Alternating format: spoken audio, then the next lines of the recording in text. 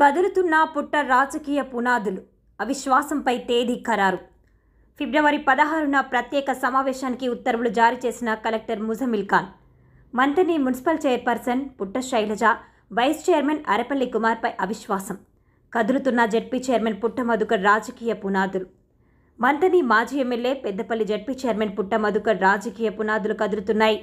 సాధారణ ఎన్నికలకు ముందే అనేక మంది బీఆర్ఎస్ ప్రజాప్రతినిధులు, ముఖ్య నాయకులు పుట్ట మధుకర్పై తిరుగుబావుట ఎగురవేసి కాంగ్రెస్ పార్టీలో చేరగా ఎన్నికలలో మధు ఘోర పరాజయం పొందడంతో మరికొందరు జెడ్పీటీసీలు, ఎంపీపీలు మంత్రి శ్రీధర్బాబు సమక్షంలో కాంగ్రెస్ పార్టీలో చేరారు.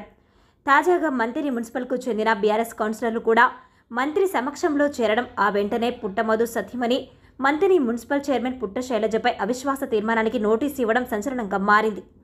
మెజారిటీ కౌన్సిలర్ల సంతకాలతో అవిశ్వాస నోటీసు లేఖను కౌన్సిలర్లు జిల్లా స్థానిక సంస్థల అదనపు కలెక్టర్ అరుణశ్రీకి అందజేయడంతో రికార్డులు పరిశీలించిన అదనపు కలెక్టర్ నో కాన్ఫిడెన్షియల్ మోషన్ కోసం ఈ నెల 16 సమావేశం నిర్వహించాలని ఉత్తర్వులు జారీ చేశారు. ఈ మేరకు మంథని ఆర్డీఓను ఎన్నికల అధికారిగా నియమించారు. ఈ నెల 16న నిర్వహించే సమావేశంలో చైర్మన్ పుట్ట శైలజ, వైస్ చైర్మన్ కుమార్లు పదవీచ్యుతులు కావడం ఖాయంగా కనబడుతుంది. ఈ పరిణామంతో పుట్ట రాజకీయ పునాదులు కదులుతున్నాయని చర్చ కొనసాగుతున్నది.